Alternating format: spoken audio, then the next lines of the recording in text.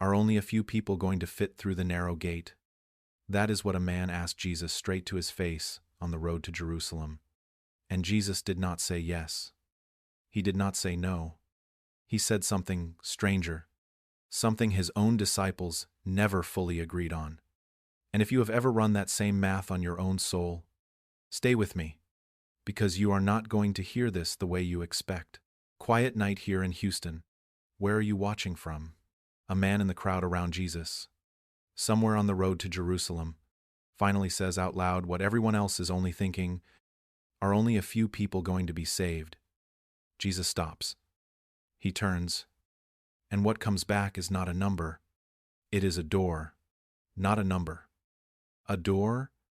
Strive to enter through the narrow door, he says. For many will seek to enter and will not be able. No percentage. No safety count. Just a door, and a warning that some who try are not going to make it through. Who? The crowd around him goes quiet for a second. You can imagine it. The shuffle of feet stopping, a few people glancing sideways at each other. Because nobody expected a math question to come back as a warning about a door. Some of them had probably already done the same arithmetic that man just said out loud, counting themselves in, counting their neighbors out. The way people quietly do when they are more afraid than they want to admit. That word door is going to come back tonight, in a way you are not expecting. The verse most of us actually know is Matthew 7. Enter by the narrow gate. For the gate is wide, and the way is easy, that leads to destruction, and those who enter by it are many. For the gate is narrow, and the way is hard that leads to life, and those who find it are few. Printed on plaques. Read at funerals. And still, most of us built our whole picture of that verse around one English word, narrow, without ever asking what was actually standing behind it. Picture a place in the Judean hill country where a wide, easy trail suddenly closes into a corridor between two rock walls, barely wide enough for a person and a loaded animal to pass through at the same time. No room to drift. No room to carry an oversized pack without turning sideways. That is the picture behind the Greek word Jesus used, stenos. And here is the part almost nobody mentions when they explain this passage. That same root is still sitting inside your own language right now. In the word stenography, the practice of writing in tight, compressed shorthand instead of full, sprawling script, stenos never meant scarce. It meant compressed on purpose. Everything extra squeezed out so only what matters can still get through. This is not a story about a head count. This is not a story about who got lucky enough to squeeze in. This is a story about what you are still hauling around that was never going to fit through that gap, no matter how many people got in line ahead of you. So this is not a scarcity problem.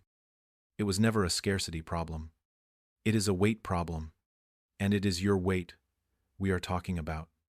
Whatever you have been dragging into every room you walk into lately, that is the thing the gap is measuring.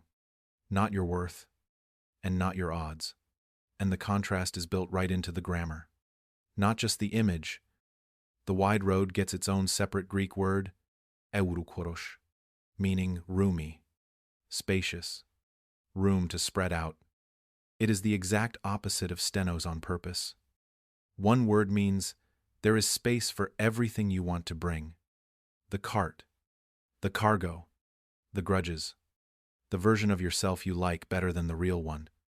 The other word means there is space for none of it. Jesus did not describe one road as slightly harder than the other. He described two roads built out of opposite Greek words. One that holds nothing back from you, and one that holds nothing extra. Hold that corridor in your mind, because we are coming back to it more than once tonight. And it is not going to mean the same thing twice. This idea did not start with Jesus either. Centuries earlier, a prophet named Balaam is riding his donkey down a road when an angel with a drawn sword blocks the way, invisible to Balaam, but plain as day to the animal underneath him. The donkey sees what Balaam cannot, and presses itself into a narrow place between two vineyard walls. So tight, it crushes Balaam's foot against the stone. The Hebrew text calls that narrow place a sar, from a root, tsarar. That means to press. Top in. To close in from every side. And here is the detail that matters. That exact same root also gives Hebrew its word for distress, tsara. In Hebrew, a tight physical space and the feeling of being in trouble were never two separate words. They were one word wearing two coats. To be squeezed was to be in zara. Whether the walls doing the squeezing were made of rock or made of circumstance, whatever has had you backed against a wall lately, that same word, family, was already covering it 3,000 years ago. Moses used that same fork-in-the-road idea centuries before that too. Standing in front of an entire nation on the edge of the promised land, facing a decision none of them could avoid. I have set before you life and death, blessing and curse. Therefore choose life. Not a suggestion. A choice with real weight on both sides. The very first psalm in the Bible opens the same way. One path leading to a tree planted by streams of water, the other scattering like chaff in the wind. The wisdom writers kept coming back to it too. There is a way that seems right to a man, Proverbs says, but its end is the way of death. Notice that word, seems. The wide road was never advertised as ruin. It was advertised as reasonable. That is exactly what makes it wide. By the time Jesus stood on that hillside, his listeners already knew, in their bones, that their whole story had always been a story about two roads. He was not inventing a new fear. He was answering a very old question, and pointing straight at himself while he did it. Here is where the passage gets harder to sit with. Matthew 7 does not stop at gate. It says, the way itself is hard. And the Greek behind that word is tethlimina, a form of thlebo, meaning pressed, squeezed, afflicted. It is the same root behind thlipsis.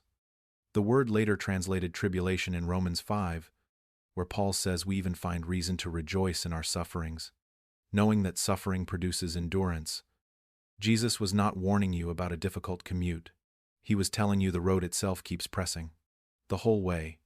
On purpose. Not a warning. Not a threat. A shape. And the shape is still pressing on you right now if you have been honest about the last hard season of your life. I have a friend who spent almost a decade white-knuckling his way through what he called doing enough church on Sundays, avoiding the obvious sins, staying just wide enough, just comfortable enough to never actually feel squeezed by any of it. Then he lost his job. Then his marriage went through a season he still will not fully talk about. And for the first time in his adult life, he felt what pressed actually meant. Sitting in his kitchen at 2 a.m. He told me the strange part was not the pain. It was that for the first time, God felt close instead of theoretical. The wide road had never asked anything of him. The narrow one finally did. He described it almost exactly like that corridor. The walls closing in on him from both sides until there was nowhere left to turn around and nowhere left to sit down and wait it out. What surprised him was not that the walls closed in. It was what he found on the other side of walking through them anyway. More space than he had ever had on the wide road. Because everything crowding his life out had already been left behind, somewhere back in that corridor. Before we keep going, if any part of that is landing on you right now, hit subscribe. Because the strangest turn in this whole passage is still ahead of us. And it is not the one you are expecting. Quick recap, because it is easy to lose the thread here. A man asks Jesus for a number. Jesus gives him a door instead. That door sits at the mouth of a corridor, the Greek calls stenos, compressed on purpose, and a road the Greek calls tethlimina, pressed the whole way through. 2 words. 1 shape. And we still have not gotten to the part that actually explains why any of this is good news instead of a threat. There is another Greek word tucked into this same passage that most people skip right past, the word Jesus used when he told that man on the road to strive. It is agonizomai, and it is not a soft word. It is the word used for athletes straining every muscle in an Olympic-style contest, the root behind the English word agony. Everyone standing in that crowd had watched a competitor give everything, holding nothing back for later. Jesus reached for that image on purpose. Not a stroll. not a hope, a full body, nothing held back kind of effort, aimed inward instead of outward, wrestling your own excuses instead of another runner. When the disciples heard Jesus talk this way about who could actually make it through, they did not nod along politely. They pushed back. Then who can possibly be saved? They asked him. And you can hear the panic under the question. The same panic the man on the road felt. The same panic you might be feeling right now. Jesus did not soften it for them either. With man, this is impossible. He said, but not with God. Sit with that for a second. 12 men who had left everything to follow him, who had watched him heal and teach and feed thousands, still panicked the moment the math stopped adding up in their favor. If they needed that answer, you are allowed to need it too. You are allowed to have asked the same question the man on the road asked, more than once, in the dark, and still be standing here tonight, looking for a better one. Now, if you grew up hearing this passage explained, there is a good chance somebody told you the narrow gate was a small side gate in the wall of Jerusalem, sometimes called the Eye of the Needle, where a camel had to be unloaded and forced through on its knees after the main gates closed for the night. It is a great image. It has been preached from 1,000 pulpits. It is also not something scholars who have gone looking for it in the historical record have ever actually been able to find. No inscription, no huing, no mention anywhere near Jesus' own lifetime. It appears to be a much later invention, built to soften a saying that was never meant to be softened. Here is the twist almost nobody sees coming. The made-up version was supposed to make Jesus sound gentler. It does the opposite. A gate you can eventually squeeze a camel through, given enough unloading, is a gate that still leaves the door open for your own effort to get the credit. An actual needle closes that door completely, and that is the moment this passage stops being about your strength and starts being about whose door you are actually standing in front of. Because Jesus was not talking about unloading a camel at a city gate. He was talking about an actual sewing needle, the same impossible image that made his own disciples panic minutes earlier. A needle no amount of unloading was ever going to solve. Here is the picture that actually is real. And you do not need a legend to get it. Walled towns in that world barred their main gates at dark for safety. The big ones, wide enough for carts and loaded animals and whole caravans. But most had a second, smaller opening built into or beside the main gate, low and narrow, for a traveler arriving after dark. To use it, he came on foot. He left the loaded animal outside, or he unloaded it and carried through only what he could fit on his own back. The gate itself decided how much of his cargo actually came in with him. No myth required. Just the ordinary architecture of the ancient world, quietly saying the same thing Jesus said on that hillside. A narrow way will not admit everything you wanted to bring. Here is why that matters more than the myth ever did. If the Eye of the Needle is a specially built gate you can squeeze through with enough effort, then the narrow way is ultimately about your own straining, getting you across the line. But it is not a gate.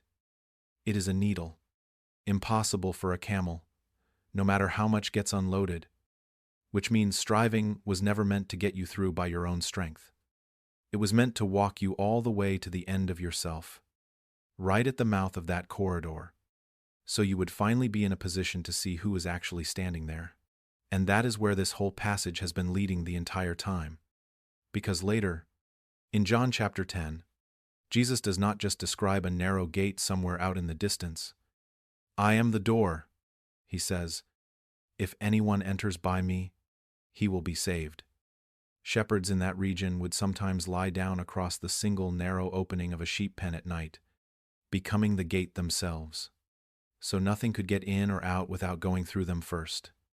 No lock, no latch, just a body, stretched across the gap, willing to take whatever came through the dark first. Not a policy, not a test built to filter people out.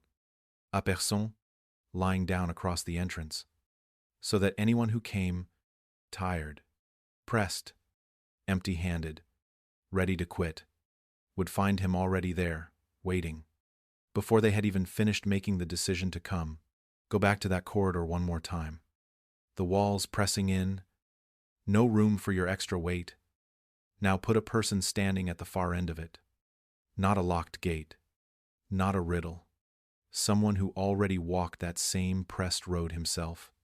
Who already went through that same agony, and is not sitting there waiting to see if you make it on your own. Whew. That is not a smaller mercy than we thought going in. That is a much bigger one. And it was standing there the entire time you were still asking how many. So here is what that means for your Tuesday. Whatever ordinary day you happen to be having while you're hearing this. If you have been carrying something that keeps snagging on the walls of your own life, some resentment you have been managing instead of surrendering, some version of yourself you built to survive rather than to actually live. The narrow gate is not telling you that you are too much of a mess to fit through. It is telling you exactly what has to be set down, and exactly who is waiting on the other side to help you carry what is left. 3 things before we go. First, narrow was never about scarcity. It was about weight. About what gets pressed out of you so what is real can finally get through. The same way stenos always meant compressed, not scarce. The same corridor still standing in your head right now. Second, the pressure you feel when you actually try to follow Jesus, instead of just admiring him from a distance, is not a sign that something has gone wrong. It is not proof God stepped back. It is the road doing exactly what it was built to do.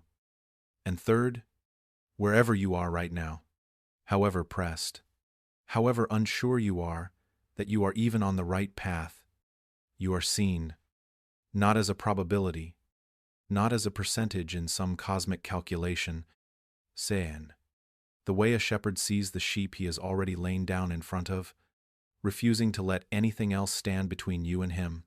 You are not too far gone for that door, and you are not carrying too much for it either, because the door was never measuring what you are carrying, only whether you are finally willing to set it down. That question the man on the road asked assumed salvation was a math problem, a fixed number of seats with everyone else competing for the same limited space. But a corridor is not a lottery. It does not have a head count. It has a shape, and the shape is exactly wide enough for anyone willing to walk through it with empty hands. That was never a smaller promise than he was hoping for. It was always a bigger one, because it was never about being one of the lucky few. It was always about being willing. Before you go, tell me something. What is the thing you have been unloading in your own corridor lately? In the thing you set down because there simply was not room left to keep carrying it and still keep walking? Maybe it is a grudge you have been calling patience. Maybe it is a version of your own story you keep polishing instead of telling straight. Drop it in the comments below. Even if it is just a sentence. Some of the most honest things ever said in this community started as one line typed at midnight by someone who thought nobody else would understand it. And somebody reading it tonight needs it more than they need anything I could say up here. If this opens something up in you tonight, we do 3 things for me. Subscribe, so you do not miss where we go next. Because there is another passage waiting that people misread even more than this one. Comment, and tell me what you are still carrying. And if you know someone who has been quietly asking that same fearful question the man on the road asked, send this to them. Not as a warning, but as an invitation. Pray for us as we keep digging into these words together. And God bless you.